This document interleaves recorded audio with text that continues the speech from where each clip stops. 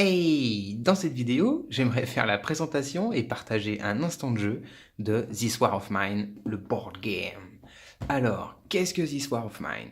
C'est un jeu coopératif où les personnages vont devoir survivre à la guerre civile. On va pour la présentation? Alors, à l'intérieur, on retrouve énormément de cartes.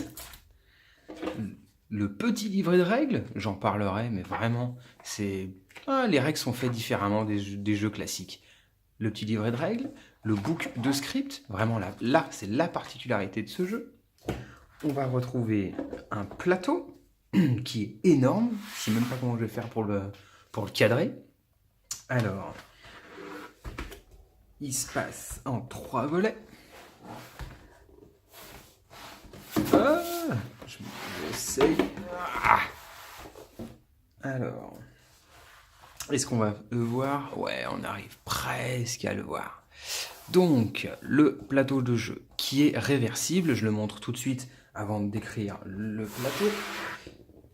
Hop, il est réversible pour la version expert. Hop, allez, on va s'intéresser à la première face du plateau. Hop. Donc on voit le refuge, une maison qu'on va devoir build. L'extérieur ici, ça sera les zones d'exploration. On a les sous-sols et tous les emplacements des cartes parce que le jeu se joue avec 4 dés mais essentiellement des cartes. Ici la zone technique de l'exploration et là l'exploration. Je trouve le plateau vraiment une ambiance particulière mais vraiment super joli. On voit bien, on joue en fait avec les éléments graphiques du plateau, c'est-à-dire que les personnages vont pouvoir grimper par cette échelle et accéder aux différents étages et lorsque c'est bloqué ça sera vraiment bloqué, donc on joue vraiment avec le graphisme du plateau. C'est pas juste décoratif quoi. Qu'est-ce qu'on retrouve également? On va retrouver 2 petits scénarios. Hop, pour squeezer les étapes du début et arriver en mid voire endgame pour s'entraîner ou pour jouer vraiment la fin de game. Ce jeu est vraiment très très long. Les débuts de game font facilement 2 heures. Une game complète, j'y suis jamais arrivé, mais apparemment on est sur du 6-8 heures. Donc vraiment gros jeu. Donc une tonne de sachets. Un insert pour tout ranger, les états des figurines, les ressources d'armement, les jetons, les ressources classiques. Ah, il y a une qui essaie de me balader. Ici, les ressources alimentaires, les ressources comme les médicaments et les bandages, les figurines et les ressources techniques comme les pelles, les filtres, les crochets, etc. Les figurines, correctes, je dirais. C'est pas non plus du cool mini or not. C'est pour ça que je les peindrai pas. Mais bon, ça fait le taf. Hop, il y en a... Ouais, quand même pas mal, je vais regarder. Je sais plus combien il y en a. 3, 4, 5, 6, 7, 8, 9, 10, 11, 12. Il y a 12 figurines, donc 12 personnages différents dans le jeu. Donc, comme je disais, les personnages vont devoir survivre à l'état de siège. On est dans une zone de guerre, une ambiance bien particulière, bien dark, assez dure, je dirais. Un jeu dans sa partie, dans sa phase de jour, où on build l'intérieur, le refuge, avec un système de building. On va créer des zones de craft, on va dépenser et acquérir des ressources. Ça sera le building. En phase de jour. En phase de nuit, on va avoir un peu pas un dungeon crawl, mais vraiment une découverte des lieux avec des cartes qu'on révélera et qu'on affrontera pour arriver au bout de l'exploration de nuit. Les phases vont s'enchaîner, jour, nuit, jour, nuit, jour, nuit, avec des événements généralement négatifs, hein, qu'on va devoir subir pour arriver à la fin du scénario. D'ailleurs, je parle du scénario, on a ce qu'on appelle le book, le script. Chaque carte enfin chaque carte, beaucoup de cartes où nous demanderons d'aller voir le script. Donc là, hop, je ne sais pas si on arrive à faire un focus, la 541, on lit tout ça pour l'ambiance et on a un choix à faire. Si on fait le choix A, on revient au jeu. Si on fait le choix B, on doit voir 488. Là, on s'oriente à 488, un peu à la manière dont un livre dont on est le héros. Ça nous raconte une histoire, on fait des choix aussi bien moraux. Vraiment, c'était compliqué. Donc, dans cette vidéo, il y aura un petit peu de spoil, mais vraiment, enfin, un tout petit peu. On va peut-être en lire quoi, une trentaine de numéros, alors que. Et les choix sont tous différents selon les personnages, selon les cartes qu'on tire. Alors qu'au total, il y en a 1947. Donc, vraiment, un petit spoil, mais juste pour la mise en ambiance, c'est génial. Hop, allez. Ah, un autre truc que j'ai oublié, la fiche de sauvegarde. C'est la première fois que je vois ça dans un jeu. J'ai pas une grosse expérience, mais quand même. Le jeu est tellement long qu'il prévoit des fiches de sauvegarde pour conserver notre partie et l'avancement de la partie. Nickel. Merci les gars. Allez. On fait la petite mise en place. Avec la petite description des cartes. Et après, on se lancera dans une partie. Allez, je dépunch. Donc là, ce sont les cartes de craft avec derrière ici ce qu'il nous faut pour la crafter. Et une fois qu'on l'a crafté, ici les recettes possibles qu'on peut faire dans l'atelier. On peut faire une barricade, une pièce, un filtre et une guitare. Hop, ces cartes de craft iront dans la case bricolage ici. Les couleurs, ça c'est pour le côté narratif des scénarios. Hop, qui vont aller ici. Les personnages, comme je disais, on en avait 12. Alors, est-ce qu'on en a réellement 12 1, 2, 3, 4, 5, 6, 7, 8, 9, 10, 11, 12. Voilà, parfait. On les piochera tout à l'heure en début de game. On va les ranger ici.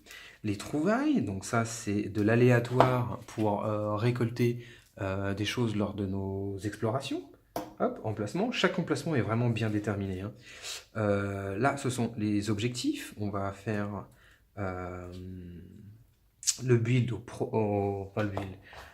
On va paramétrer ça, on va faire le setup des objectifs à la première carte événement. On continue avec le paquet suivant. Hop. Donc ça, ce sont les cartes de notre refuge. Je les ferai après. Action narrative, ce sera une carte qu'on va utiliser en fin d'étape de journée.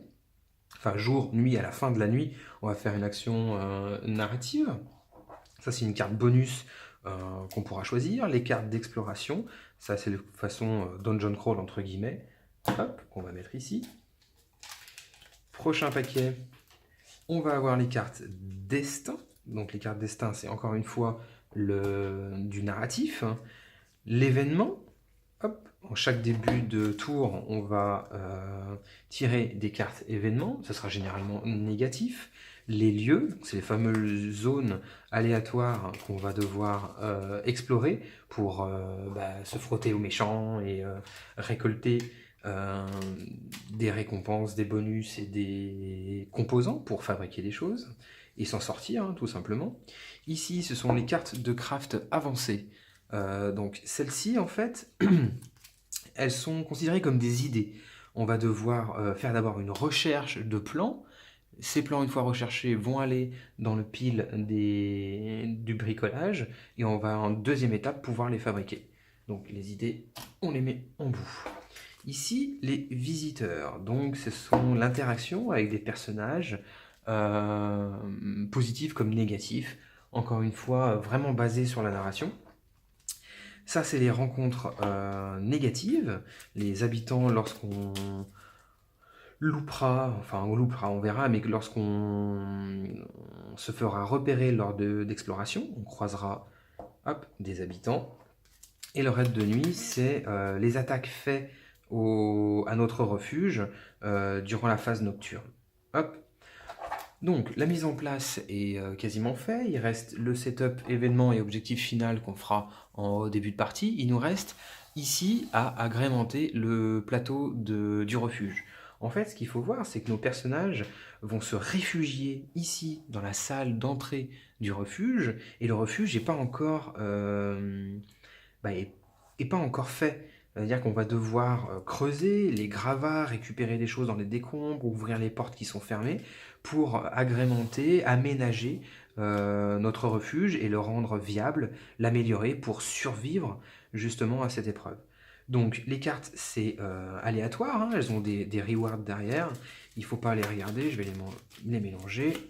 Hop. Et là, le plateau nous dit, par exemple, ici où on a la fenêtre, ici est symbolisé une porte fermée. Donc on va devoir prendre une carte porte fermée, hop, et la placer ici. Et on va les enlever petit à petit pour... là, je mets les décombres, le gravat. On va devoir les enlever pour justement se faire de la place et aménager l'intérieur de notre refuge. Donc là, je place les décombres, les gravats. Enfin, je place le plateau, tout simplement. La carte barreau, porte fermée, meuble, encore un meuble, porte fermée, meuble, il y en a un ici, encore un meuble, il y en a encore un de meuble que je ne trouve pas ici, gravat, un ici, décombre, un ici et un gravat. Voilà. Deux petites zones que je n'ai pas expliquées encore, c'est ici, ce sera la zone d'inventaire, ici l'inventaire x5, si on arrive à accumuler assez de ressources, on mettra un exemplaire ici, voilà. Un exemplaire ici pour dire qu'il y en a 5, hein, je finis ma phrase. Donc nos personnages arrivent ici, ils vont pouvoir se déplacer par l'échelle ici pour arriver au barreau, ou prendre ici la porte qui est ouverte pour accéder au gravat, ou prendre l'échelle pour arriver soit au décombre, soit à la porte fermée, soit au gravat. Ils seront bloqués par ces cartes-là. Il va falloir les enlever, les utiliser, les gérer, afin d'accéder aux autres cartes et libérer l'espace pour aller l'aménager. 3 actions sont notées sur le plateau. On a nouvelles idées. On peut passer une action ici pour aller chercher des idées, pour les mettre dans le pile de bricolage. Ici, pour aller faire des rencontres avec les visiteurs. Et ici, pour farfouiller, pour essayer, selon le jet de dés, de récupérer des composants de bois ou des composants métalliques. Et ben voilà, ça fait à peu près le setup, il y a les lieux qu'on fera en temps voulu. Donc comment la partie va se dérouler? En fait, il n'y a pas spécialement de règles. Là, vous savez, là, on sait absolument tout ce qu'il faut savoir. On va juste découvrir ensemble, petit à petit, comment jouer. C'est ça. Il n'y a pas de livret de règles réellement. Le journal, en fait, il nous dit, bah voilà, là, il y a le setup qu'on vient de faire ensemble, donc vraiment très rapide. On a la phase de jour, ils nous disent, bah voilà, vous avez des actions disponibles, vous avez 3 actions à faire. On va faire les 3 actions. Derrière, il y a le crépuscule, on fait ci, on fait ça. Et au final, là, il y a 2 points de règle. Là, il y a un point de règle avec 4 choix possibles, un point de règle avec 3 choix possibles. Et tout se fait comme ça. En fait, on va découvrir les règles en même temps qu'on avance. Donc, je vais certainement faire appel à ce bouquin de référence, mais c'est pas un bouquin de règles en tant que tel, avec un index, avec des étapes, des tours. C'est pas vraiment ça. On apprend, on découvre, on est vraiment dans la surprise systématique, et vraiment le jeu est basé essentiellement sur de la narration, avec le livre des scripts. À tel point que finalement, lorsqu'on a vraiment un problème de règles et qu'on est bloqué sur quelque chose, on a des facs qui se retrouvent disséminés dans le livre de script. Là, je passe, comme quoi il n'y en a pas énormément. Hop, c'est des petits encarts gris. Voilà, ici. Hop, on a une fac sur le cessez de feu.